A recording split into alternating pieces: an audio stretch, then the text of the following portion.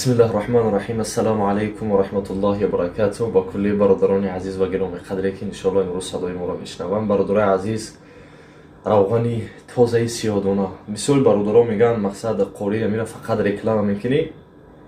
انا برادرای عزیز، ما اینا خودمون تیار میکنیم. الله نگهبانتون باشه. سیادونه را خودمون الحمدلله از دانش مقصد روغنش جدا میکنیم. برای هر برادری که انشالله برای کدام شخصیتی که تازهش در کار برادر عزیز، بازم تاکید میکنیم که ما در این روغنا برادر عزیز یگان روغنای دیگه مقصد خوش کردگی نیست. در اینجا خلود نعجمه برادر عزیز و گرامی قدر الحمدلله رب العالمین. و انشالله با همه شهرهای روسیه عزیزان دید دستفکه میکنیم. الله برکتون بده.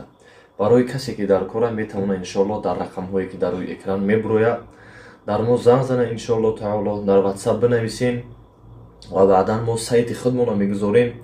میدروی که میشه که انشاءالله ما در ضیافکه روی کنین و بعدا ما خودمون انشاءالله خودمون در شما تلفن بکنیم. برادر عزیز، کسی که انشاءالله در کار روغن تازه سیادانه با باوری عزیزان دل انشاءالله تعالی پیشکشی همتون میکنیم و کفالت داده میشود.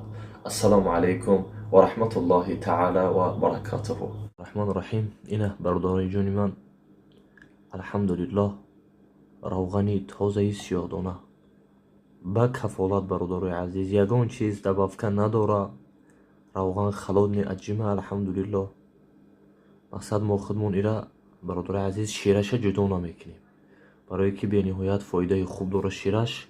شیرش هم الحمدلله رب العالمین مقصد اردلش میکنیمش، بعدا میگیریم برادران عزیز. با همه شهرها انشاءالله دستفکه میکنیم.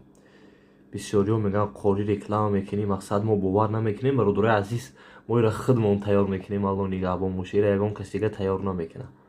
الحمدلله ما ایره خودمون تیار میکنیم برای کسی که در کارای انشاءالله در رقمو در روی اکران میبره. انشاءالله در واتساپ بنویسین. خدا خواسته باشه با همه شهرها با اذن الله مهربان انشاءالله دستفکه کرده مقصد رویتون میکنیم. برادرای عزیز و گرامی قدر اینه الحمدلله. به یگان خید دبافکه، به یگان خید برادرای عزیز فند فریب. خداوند نگهبانتون باشه انشاءالله. کسی که در کارای روغن تازه سیادانه مرحمت انشاءالله به یگان خیل مشکلی